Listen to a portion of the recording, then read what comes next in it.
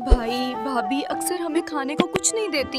आज ईद के दिन भी मेरी बच्चियों को सवैयां खाने को नहीं दी। इसका भी हल है मेरे पास।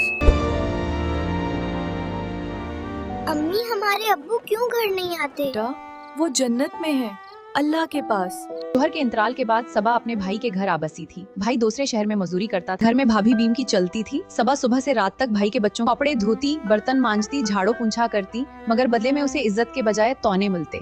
बेमरूत, घर में पड़ी है, खाती है, फिर भी मुंह नहीं खोलती। हमारे बच्चों का हक खा रही है। भाभी थोड़ी सी सवैयां मेरी बच्चियों को भी दे दें। ये खाना मैंने तुम्हारी बच्चियों के लिए नहीं बनाया। अम्मी हमें नए कपड़े क्यों नहीं मिले? सब बच्चों के पास नए कपड़े हैं। बेटा, अगली ईद तुम्हें नए कपड़े जरूर दूंगी, इंशाल्लाह। लो बेटा, ये हमारी ईद की मिठास है।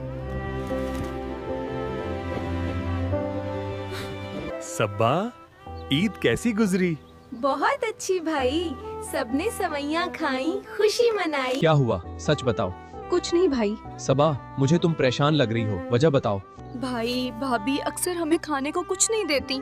आज ईद के दिन भी मेरी बच्चियों को सवैयां खाने को नहीं दी। इसका भी हल है मेरे पास। सब्बा, ये घर तुम्हारा है। ये सिलाई मशीन तुम्हारे लिए। इसे इस्तेमाल में लाओ और अपनी बच्चियों की जिंदगी बेहतर बनाओगा। जिंदगी आसान नहीं थी, मगर इज्जत थी। अरे भाभी,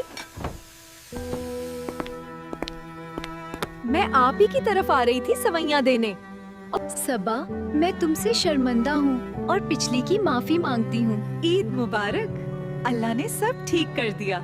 सबा, तुमने अपनी मेहनत से ये सब कुछ हासिल किया है। मैंने तुम्हें बहुत दुख दिए हैं। अल्लाह ने हर तकलीफ में कोई ना कोई हिकमत रखी होती है। अगर आप मुझे वो सवैयां ना देती तो शायद मुझे अपने कदमों पर खड़ा होने का हौसला ना मिलता। अम्मी, अब्बू हमें आसमान से देख रहे हैं हाँ बेटा, वो देख रहे हैं और खुश हो रहे हैं कि उनकी बच्चियां इतनी मजबूत हैं। अम्मी, आज की ईद सबसे अच्छी है।